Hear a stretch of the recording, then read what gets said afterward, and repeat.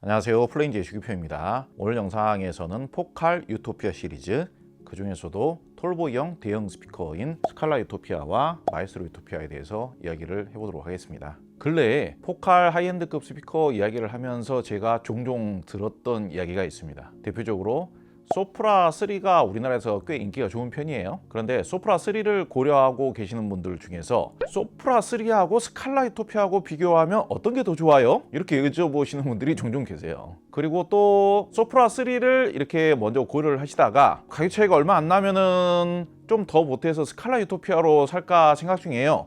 이렇게 말씀하시는 분들도 은근히 좀 계십니다. 조금 더 보태서 스칼라 유토피아 사면야 당연히 좋겠죠. 스칼라 유토피아가 당연히 상위 기종이고 더 좋은 스피커니까요. 그런데 의외로 소프라 3하고 스칼라 유토피아하고 어떤 게 더 좋아요? 이렇게 여쭤보시면은 왜 물어보시지? 정말 진지하게 여쭤보시는 건가? 그런 생각이 들 때가 있어요. 뭐 설명을 간단하게 하자면은 제작사에서부터서도 당연히 급 나누기를 해서 어느 회사든 플래그십 기종 라인업은 정말 성능이 좋게끔 급 나누기를 해서 만드는데 당연히 스칼라 유토피아가 훨씬 더 좋은 기종이죠. 이렇게 말씀을 드리면요, 그래요? 이렇게 또 반응들을 하세요. 물론 원래가 스칼라 유토피아 정도를 고려하시던 분들 입장에서는 소프라 시리즈하고 비교하고 싶은 마음이 별로 안 들겠죠. 소프라 3 정도까지 고려를 하셨으면 소프라 시리즈의 최상위 기종이기 때문에 조금만 더 보태서 업그레이드를 할 수가 있다라면은 스칼라 유토피아가 좋다고 하니 스칼라 유토피아도 한번 관심을 가져볼까? 그런 취지에서 그렇게 생각을 하시고 질문을 하셨다라는 것을 모르는 바는 아닙니다. 그리고 포칼 스피커에 관심을 좀 가져보신 분들은 대부분 잘 아시겠습니다만 포칼 스피커가 유독 우리나라에서 저렴하게 판매된다는 것은 웬만큼은 이제 아실 겁니다. 그런데 해외 저명한 오디오 칼럼니스트나 오디오 평론가나 오디오 매거진에서도 스칼라 유토피아 같은 경우에는 타사 유명 브랜드 제품들 중에 10인치급 모델하고 비교를 하는 게 일반적입니다. 그래서 원론적으로는 일단 그렇게 설명을 해드리죠. 그렇게 비교하는 것은 비슷한 그레이드의 비교가 아니고요. 타사 제품하고 비교를 하시려면 그쪽 회사의 제품 중에서는 10인치급 모델이 있습니다. 이 제품이 11인치급이고 가격대도 그 제품하고 비슷하거나 오히려 포칼이 해외에서는 더 비싸기 때문에 10인치급 모델하고 비교를 하는 게 맞습니다. 이렇게 설명을 해드리면은 대체적으로 반응이 또 나오는 게 있죠. 그렇게 하면 그쪽 제품은 너무 비싸지잖아요. 이렇게 말씀을 하시는 거예요. 그 타사 제품이 할인율이 적기 때문에 비싸게 느껴지는 것이고 포칼 유토피아 시리즈는 할인을 많이 하기 때문에 저렴하게 느껴지는 것이지 포칼 유토피아 시리즈가 성능이나 그레이드가 떨어지기 때문에 가격이 싼 것이 아니라는 것을 잘 이해를 하셔야 됩니다. 그리고 포칼 스피커를 대표하는 라인업은 역시 유토피아 라인업이에요. 유토피아. 오죽하면 이름이 유토피아겠습니까? 엄밀히 따지면 소프라 시리즈는 역사가 그다지 오래되지 않았어요. 포칼 라인업에서 가장 오래된 라인업이 유토피아 시리즈면서 전 세계 하이엔드 스피커 시장을 가장 대표하는 스피커 라인업이 바로 유토피아 시리즈예요. 소프라 3와 스칼라 유토피아와 음질 차이가 얼마나 나는지 비교를 종종 해보러 오시는 분들이 계시는데요. 스칼라 유토피아로 바꿔서 딱 틀자마자 오래 들어볼 필요도 없어요. 딱 한 곡이 그냥 한두 소절만 나오더라도 하면서 그냥 바로 나타납니다. 음질 차이가. 그러면서 대부분 하시는 말씀이 생각보다 음질 차이가 금방 느껴지네요. 저는 이 정도까지 음질 차이가 날 줄 몰랐어요. 이래서 유토피아 하는군요. 대부분 그렇게 말씀들을 하세요. 오늘 영상은 소프라 3와 스칼라 유토피아의 급 차이를 잘 모르시는 분들에게 설명을 드리기 위한 영상이고요. 타사 스피커하고 비교를 하더라도 타사 스피커가 할인율이 적기 때문에 타사의 한두 단계 아랫 라인업의 아랫 모델을 스칼라 유토피아하고 비교를 하시는 분들에게 설명을 드리기 위한 영상입니다.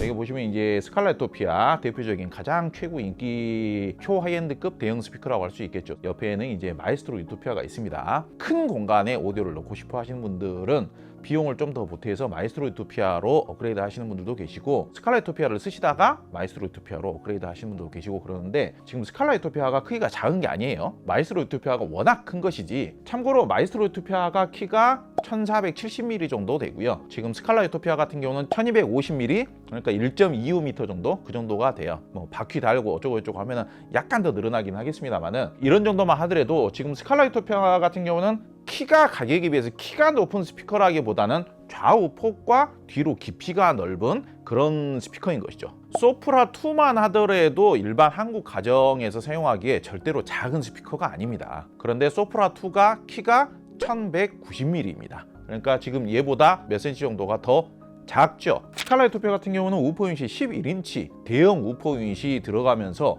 좌우 폭이 40cm가량 되고요. 뒤로 깊이가 무려 60cm가 넘습니다. 어저께 같은 경우만 하더라도 소프라 3하고 지금 이 스칼라 유토피아하고 비교하시면서 저한테 질문을 하시는 분이 소프라 3가 더 커 보이더라, 소프라 3가 더 커 보이다 이렇게 말씀하시는 분 계시는데요. 보시는 시각에 따라서 많이 달라질 수 있는 것이죠. 소프라 3가 키는 살짝 더 큽니다.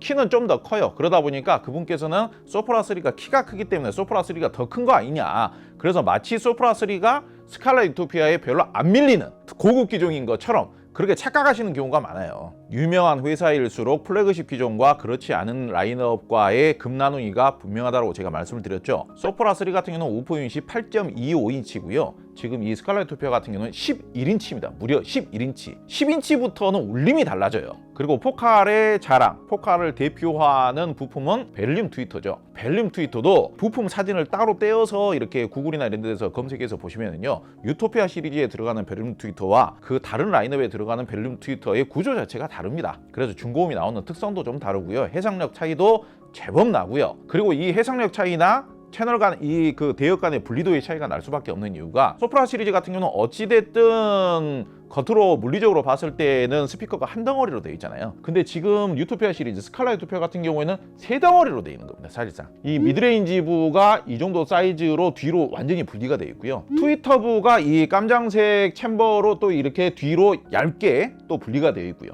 우퍼부도 완벽하게 위에 부분과 분리가 되어 있는 3등분이 되어 있는 스피커예요. 이것만 하더라도 기술적으로 상당 부분 차이가 있는 것이죠. 대형 스피커에서만 나올 수 있는 굉장히 풍요하면서도 질감이 풍부하면서도 깊이감이 있으면서도 울림의 느낌이 자연스러우면서도 그윽한 그런 느낌을 받기 위해서는 무조건 10인치 이상으로 올라가야 됩니다. 슬림한 스피커에서는 그런 느낌이 어지간해서는 잘 안 나와요. 아무리 자동차를 잘 만드는 회사에서 3000cc급을 만들었다고 하더라도요, 5000cc급으로 정말 잘 만들어 놓은 차를 타보잖아요. 이건 뭐 말로 표현할 수 없을 정도로 그 느낌 차이가 확연하게 나요.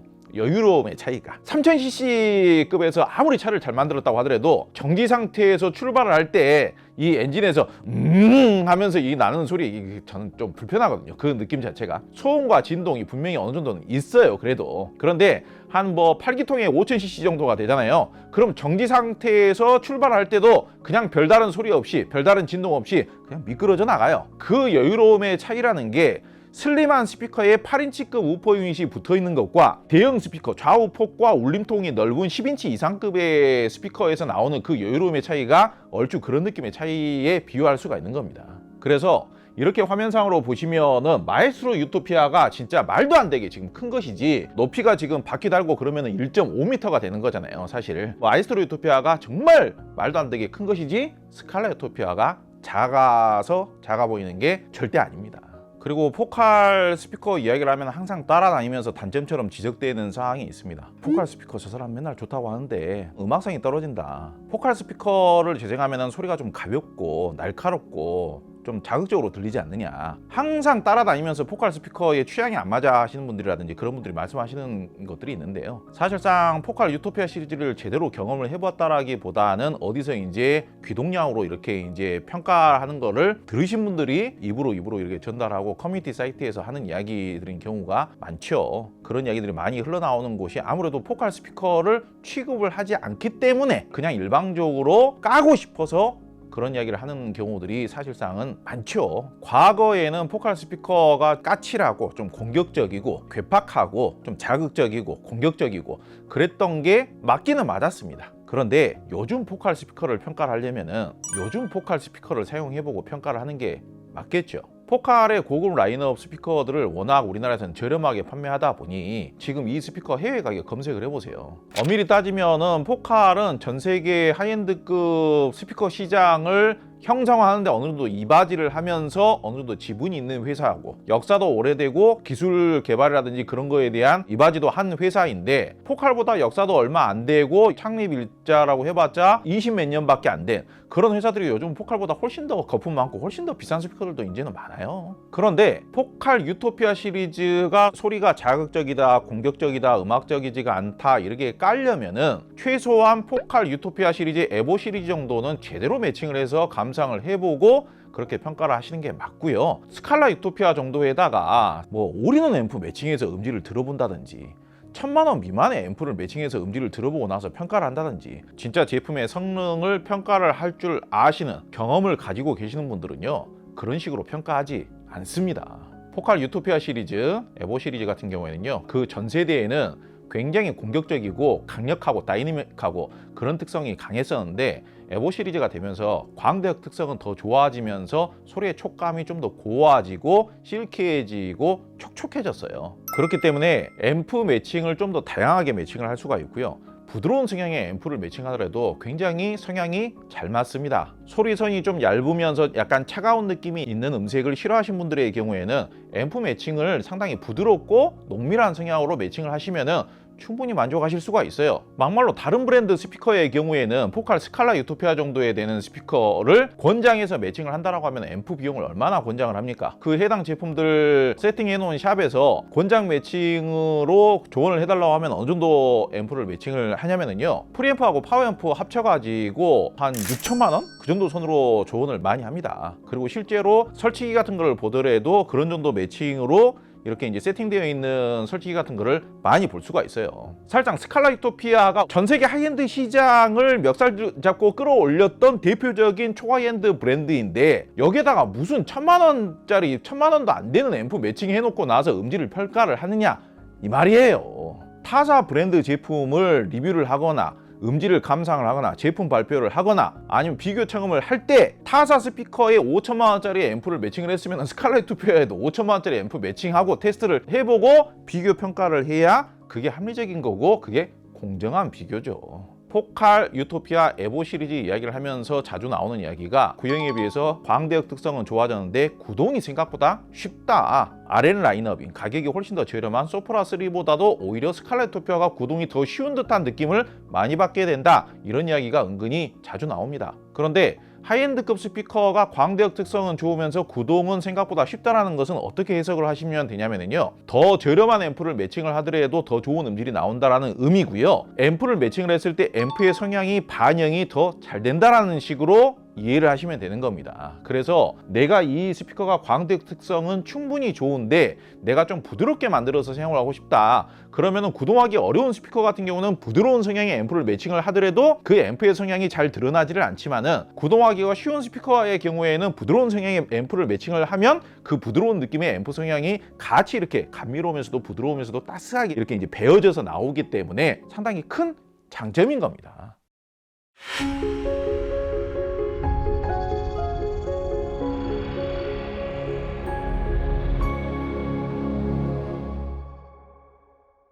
오늘 이 시간 조금 더 과감하면서 재밌는 이야기까지 해보도록 할까요? 포칼 유토피아 시리즈 이야기를 하자면은 대형급 하이엔드 스피커의 황금기를 만들었던 브랜드라면은 당연히 이제 포칼 들어가야 되고요. 그리고 이제 B&W 들어가겠죠. 특히 이제 우리나라 같은 경우에는 이제 다이노디오 또 들어가야 되겠죠. 다이노디오는 이제 컨피던스 시리즈고 B&W는 당연히 이제 800 시리즈고요. 포칼은 이제 유토피아 시리즈가 있죠. 그 중에서 제일 비쌌던 스피커가 뭡니까? 사실상 그 중에서 제일 비쌌던 스피커가 포칼 유토피아 시리즈였죠. 하이엔드 오디오 시장이라는 건 전형적인 사치품의 시장인데 굳이 그 정도까지 비용을 안 써도 되지만은 경제적으로 부유하신 분들을 타겟으로 하기 위해서 현존하는 최고급의 제품을 경쟁적으로 이렇게 만들어내는 개발하고 투자를 하고 해가지고 더 고급스러워 보이고 더 하이엔드적인 제품을 더 비싸게 만드는 게 경쟁적인 시장이 하이엔드 시장이다 이거예요. 그런데 과거에 이 정도 가격대의 제품들이 나오기 시작했을 때 예컨대 B&W 800 시리즈는 가격이 얼마였습니까? 802 같은 경우가 1000만 원대에 판매가 되었었죠.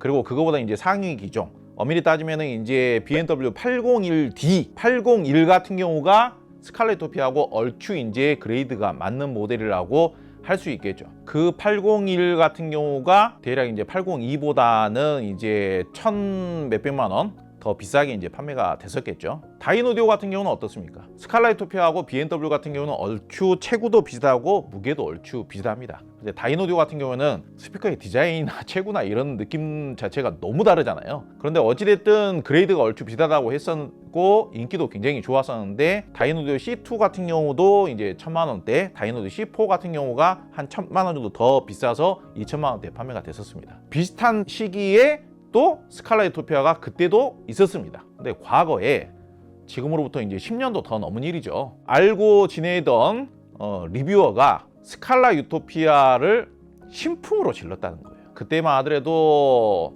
뭐 지금보다는 훨씬 더 어릴 때였기 때문에 젊을 때였기 때문에 돈이 어디 있습니까 사실상. 그런데 최고 유명 브랜드 중에서도 제일 비싼 스칼라 유토피아를 신품으로 질렀다고 해서 정말 많이 부러웠었고요. 약간 시기심이 나기도 했었습니다. 그 당시에 그러면은 스칼라 유토피아가 얼마 정도 했느냐, 제가 친한 수입사를 통해 가지고 한 달이 건너서 실질적으로 판매하는 가격이 얼마씩이나요? 이렇게 확인을 해본 바가 있습니다. 4천만 원 좀 더 받는다는 거예요. 타사 제품의 플래그십 라인업을 써보고 나서 거기에서 내가 좀 더 비싼 제품 쓴다, 내가 좀 더 고급 제품 쓴다, 내가 하이엔드의 끝에 있는 제품을 쓴다라고 할 것 같으면은 거기에서 한 단계 더 올라가는 제품이 바로 스칼라 유토피아였어요. 일반인들이 아무리 돈을 많이 모아가지고 살 수 있는 스피커가 스칼라 유토피아 정도만 하더라도 진짜 엄청 넘사벽이었었고요. 그냥 말 그대로 경지에 있는 제품이었어요. 지금 생각해보면 좀 유치한 생각이긴 합니다만 그 당시에 그 리뷰어가 스칼라 유토피아를 신품으로 샀다고 하니까 나는 아직까지 뭐하고 사나, 나는 포칼 유토피아 시리즈 언제 써보지? 그런 생각 하던 때였어요 정말로.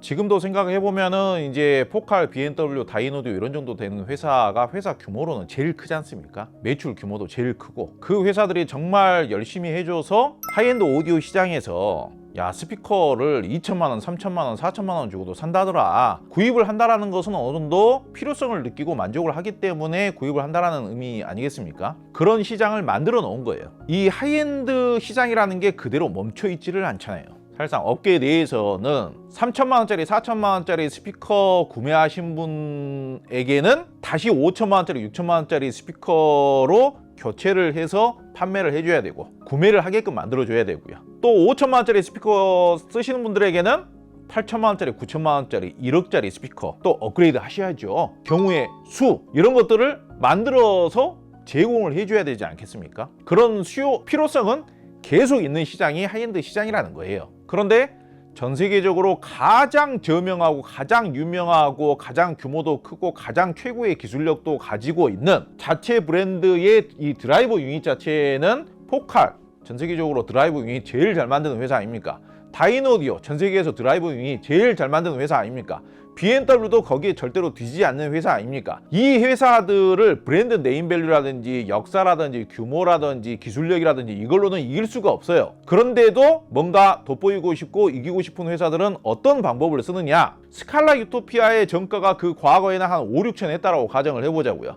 그러면은 업계 내에서는 더 비싼 제품을 고객들에게 판매하고자 하는 필요성을 느끼고 있기 때문에 스칼라 유토피아가 5, 6천 하면은 1억짜리 스피커를 만들어서 더 좋은 가격에 더 좋은 마진 구조로 시장에 공급을 해주면은 시장 내에서는 마치 그 제품이 기존 메이저 브랜드들을 능가한 것처럼 포장을 해서 엄청나게 또 이제 홍보를 하기 마련인 것이죠. 중고가 됐든 새 거가 됐든 아니면 아는 사람 집에 가서 들어봤던 오디오 샵이 됐든지 나는 포칼 유토피아 시리즈도 많이 들어보고 BMW 800 시리즈도 많이 들어보고 다인오디오도 내가 많이 청음도 해봤어. 그래서 내가 좀 익숙해. 그러면 내가 선망의 대상으로 여겨야 되는, 내가 로망으로 여겨야 되는 브랜드가 뭐가 또 있을까 생각하다 보면은 당연히 경험을 아직 제대로 못 해본 훨씬 더 비싼 브랜드일 수밖에 없는 거예요. 그런데 그 더 비싼 브랜드가 포칼 같은 브랜드보다 더 규모가 있기를 하냐, 더 기술력이 있기를 한가,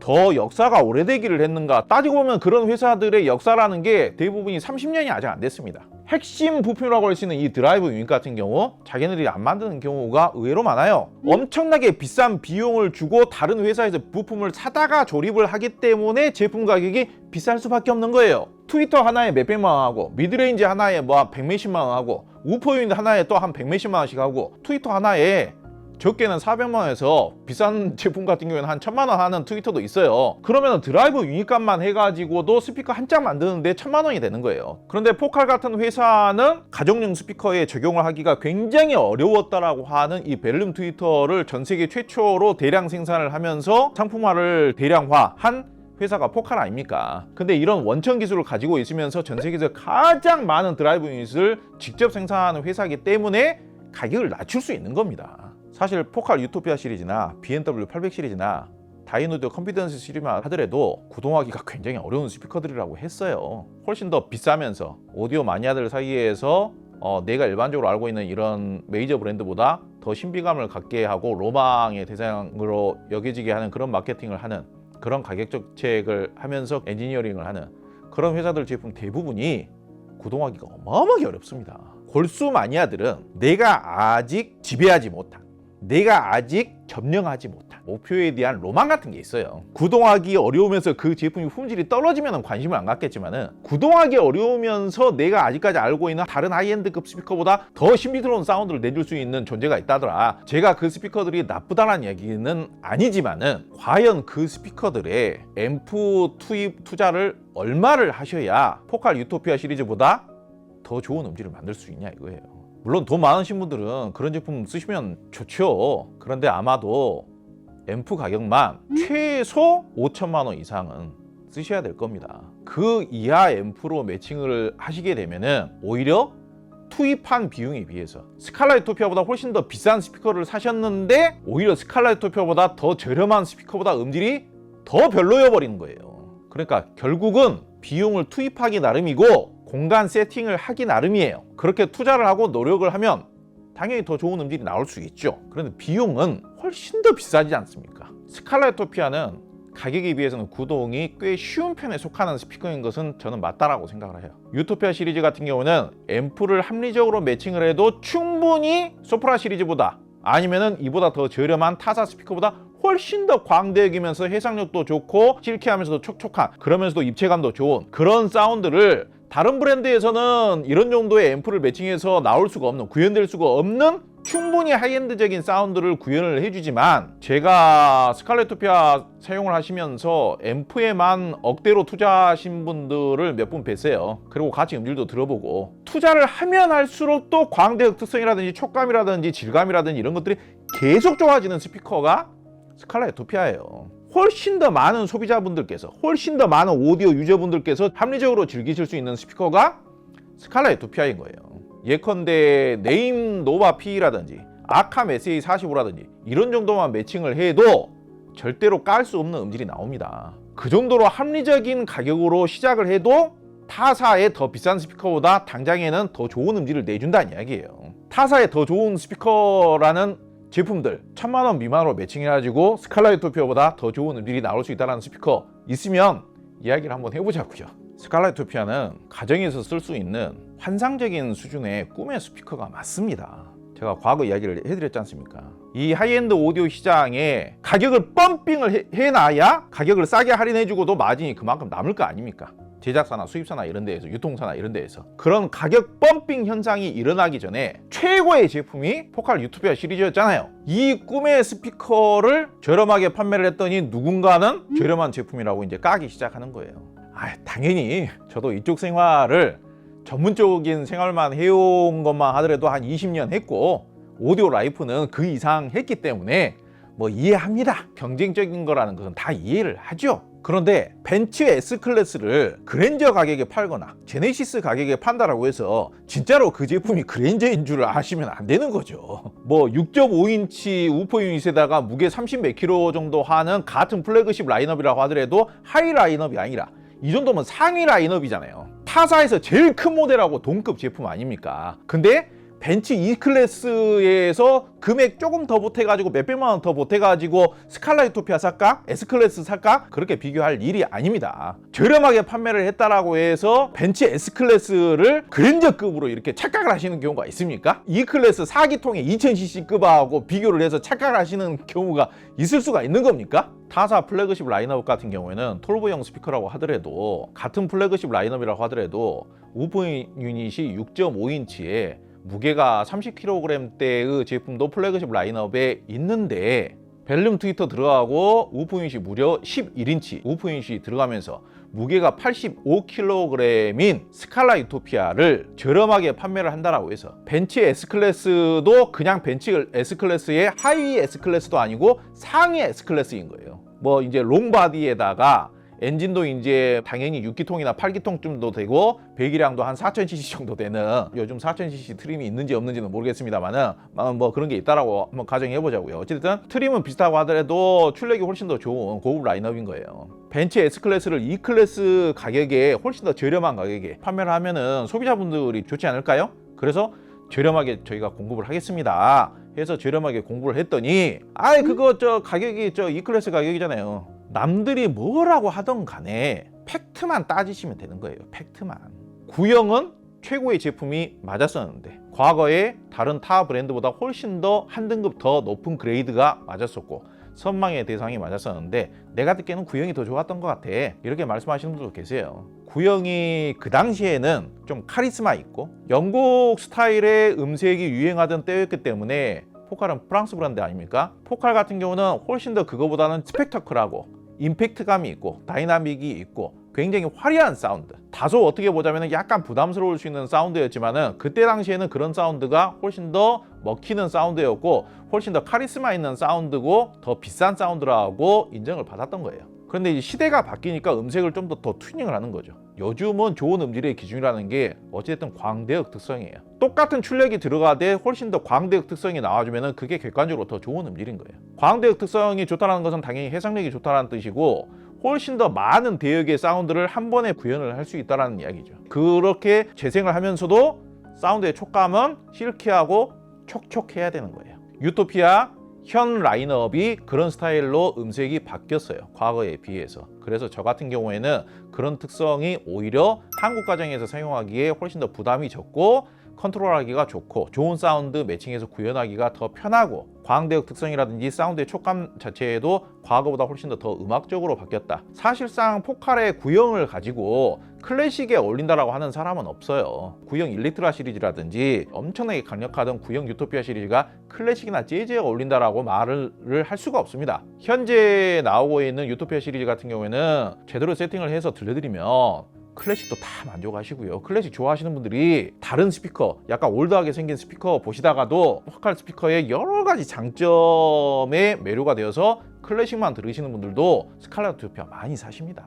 이런 포칼 스칼라 유토피아가 특별히 우리나라에서 정말 좋은 가격에, 저렴한 가격에 판매가 된 기간이 대략 한 3년 정도 된 것 같아요. 정말 좋은 가격에 판매가 이루어졌죠. 지금도 충분히 합리적인 가격에 앞자리 숫자가 바뀌지 않은 가격대에 아직도 판매가 되고 있습니다만, 타사 브랜드 같은 경우에는 가격을 그렇게 만들기가 불가능하죠. 원천적으로 해외 가격의 공식 소비자 가격이라는 게 그냥 허무맹랑한 가격까지는 아니에요. 사실상 자동차도 벤츠 S클래스나 BMW 7 시리즈나 이런 쪽 같은 경우 가격대가 적게는 1억 2천 정도에서 시작을 해서 비싸면 한 2억까지 올라가지 않습니까? 그러면 그 제품들이 아무리 가격이 폭락을 한다고 하더라도, 아무리 단종이 되면서 저렴하게 판매를 한다고 하더라도 많이 빼주면 한 1억 한 7천짜리를 2,600 빼주거나 그러는 것이지, 배율이 정해져 있지 않습니까? 비율이. 하이엔드 스피커도 비슷합니다. 해외 권장 소비자 가격이 7천만 원이면은 이게 반토막이 나는 경우는 없어요. 그렇다고 해서 저렴하게 판매한다라고 해서 그 회사가 무슨 곧 있으면 망하겠구나 이런 것도 아니고 전 세계에서 제일 잘 나가는 브랜드 아닙니까? 안타깝게 느끼는 부분이라면은 그동안 포칼 제품이 워낙 가성비가 좋고 우리나라에서 저렴하게 판매가 되기 때문에 하이엔드 입문자분들에게는 상당히 선물 같은 존재였죠. 재밌게 잘 가지고 놀고 여러분들에게 추천도 하고, 그렇게 소프라 시리즈뿐만 아니라 유토피아 시리즈까지 추천을 많이 하고 지냈는데, 스칼라 유토피아 같은 경우는 현재 알고 있는 정보에 의하자면은 앞으로 우리나라에서 현재의 가격으로 합리적인 저렴한 가격으로 판매할 수 있는 재고가 20대에서 30대가 안 되는 걸로 알고 있습니다. 근데 그 중에서 2대 정도가 벌써 예약이 되었습니다. 판매가 되었어요. 남아있는 수량은 정말 멋지게 세팅을 하시려고 하시는 풀세트 고객 위주로 판매를 하자, 이런 이야기까지 나오고 있는 중입니다. 그 정도로 이제 향후 재고가 부족해요. 시장이라는 게 무조건 소비자분들 원하시는 대로 움직여주면 좋겠지만 한 3년 동안은 소비자분들에게 굉장히 유리하게끔 너무너무 좋게끔 그렇게 움직여 왔죠. 수입사나 유통사나 판매점은 계속 그렇게 운영을 하고 싶은데 이제는 뭐 제작사 자체에서 그렇게 이제 협조적으로 해주지를 않기 때문에 어쩔 수 없는 것이고, 가격이 오르는 게 폭리를 취하기 위해서 가격이 오르는 게 아니에요. 포칼 수입사는 그동안 포칼로 수익을 냈던 게 아닙니다. 그렇기 때문에 포칼은 그냥 굉장히 합리적인 가격에 마진을 별로 안 남긴 상태로 유통을 할 수 있었던 거였던 거고, 남아있는 수량들이 다 판매가 되더라도 뭐 어떤 방식으로든 제작사하고 협상을 잘해서 가격 인상이 크지 않도록, 사실상 다른 타 브랜드 같은 경우에는 비싼 그랜드의 스피커가 모대도 한 1,500만 원 이상 비싸요, 최소. 그런데 1,500만 원이 아니라 몇백만 원만 비싸져도 그래도 뭐 접근이 불가능하지는 않겠죠.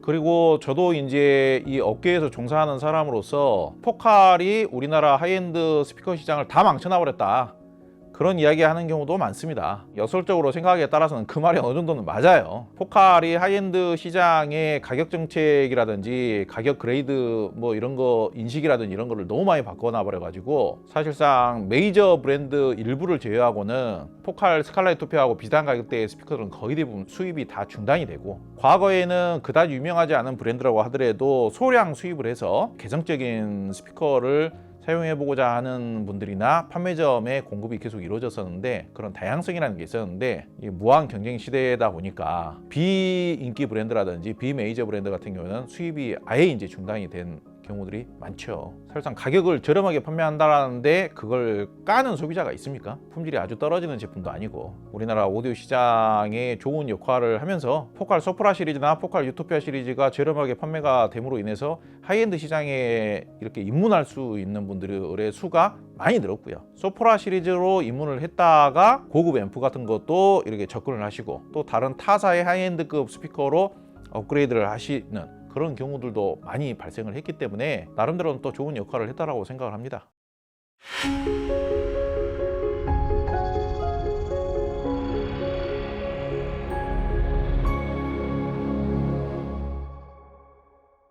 참 스칼라 유토피아가 정말 개인적으로는 환상적인 스피커다. 마에스트로 유토피아도 있습니다만은 마에스트로 유토피아 정도 되면은 돈이 훨씬 더 많이 들어가요. 그리고 공간도 더 필요로 하고, 우리나라 가정에 뭐 한 60평 미만 아파트에서는 스칼라 유토피아 한 대면 다 끝납니다.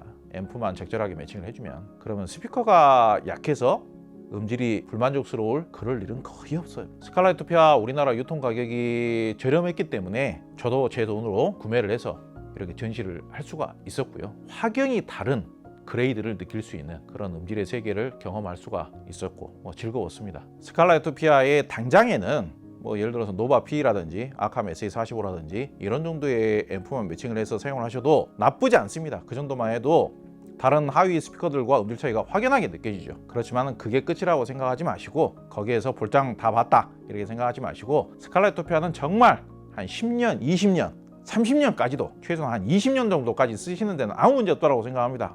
오랫동안 사용을 하시면서 앰프를 업그레이드 해가면서 공간 매칭 해가면서 에이징 해가면서 이렇게 사용하시면은 저 사람이 왜 꿈의 스피커라고 이야기하는 것인지 알 수 있으실 것이라 생각을 합니다. 궁금하신 분들은 저희 청음실 오셔서 청음을 해보시길 바라겠고요. 오늘 영상은 여기서 마치도록 하겠습니다. 감사합니다.